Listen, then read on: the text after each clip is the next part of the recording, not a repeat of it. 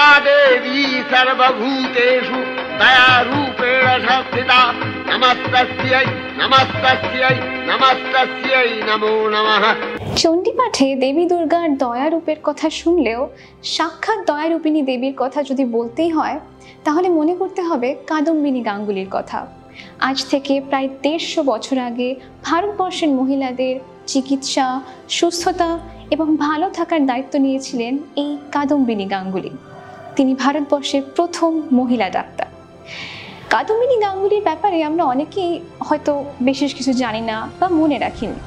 সেভাবে বলতে গেলে কান্ট্রি অফ ফার্স্ট বয়েজে কাদম্বিনী কিন্তু মহিলা হিসেবে অনেক দিক থেকেই প্রথম। একটা সময় কলকাতা বিশ্ববিদ্যালয় এন্ট্রান্স এক্সাম পাশ করে প্রথম মহিলা হিসেবে বেথুন কলেজের ফার্স্ট আর্টস প্রোগ্রামে যোগ করেন তিনি। এরপর 1883 সালে চন্দ্রমুখী বসুর সাথে যৌথভাবে প্রথম ভারতীয় মহিলা হিসেবে কলকাতা বিশ্ববিদ্যালয় থেকে গ্র্যাজুয়েট হন কাদম্বিনী।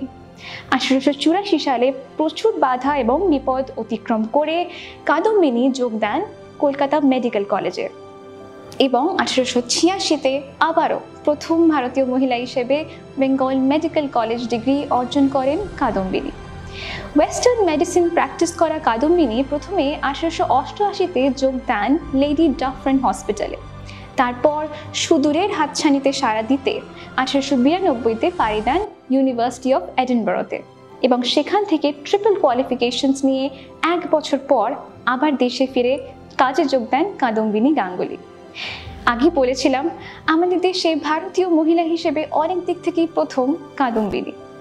আমাদের প্রথম মহিলা গাইনোকোলজিস্ট হিসেবে কাজ শুরু করেন এই কাদম্বিনী গাঙ্গুলি।